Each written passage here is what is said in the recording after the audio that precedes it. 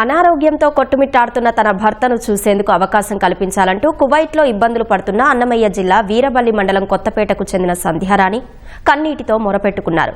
బతుకు తెరువు కోసం ఏడాదిన్నర క్రితం కువైట్కు వెళ్లినట్లు తెలిపిన ఆమె ప్రస్తుతం తన భర్త వెంకట సుబ్బయ్య అనారోగ్యానికి గురై ప్రాణాపాయ స్థితిలో మంచానికే పరిమితమైనట్లు చెప్పారు.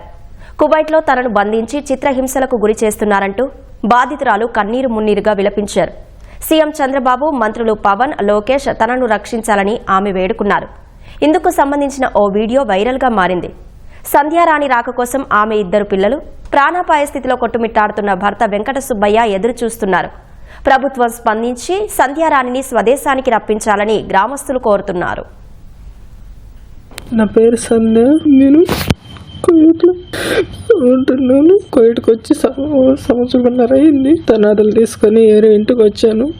వేరే ఇంటికి వచ్చి మా కోయిటోడే మార్చి నన్ను ఆ ఇంట్లో చాలా టార్చర్ పెట్టారు. వాళ్ళు పెడతాంటే నేను ఇప్పుడు దగ్గర మా మగని సీరియస్గా ఉండాలి, నేను ఒకసారి ఇంటికి పోయి వచ్చాను, 1 నెల ఉండొచ్చానని చెప్పాను. నేను వాళ్ళకు అంటే నన్ను ఇంట్లో పెట్టి తాళం వేసి ఎప్పుడంటే అప్పుడు ఫోన్ పెరుక్కోవడము చేయడము, ఇలా నన్ను ఎంత కావాలంటే అంత ఏడిపించినారండి. చాలా భయంగా ఉండాలి. నాకు చిన్న పిల్లలు 4 పిల్లలు ఉన్నారు. చంద్రబాబు నాయుడు గారు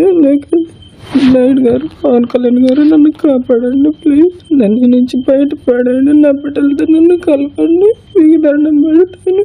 నా వల్ల కావడం లేదు. 3 రోజులు అయింది అన్నం తిని. నా పరిస్థితి చాలా ఘోరంగా ఉంది.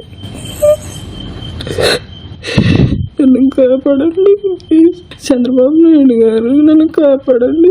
నా బిడ్డల దగ్గరికి నన్ను చేర్చండి. చచ్చిపోతానేమో అని భయంగా ఉంది.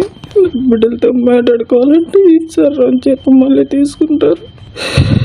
నన్ను తొందరగా తీసుకెళ్ళిపోండి నుంచి ప్లీజ్. మీకు దండం పెడతాను.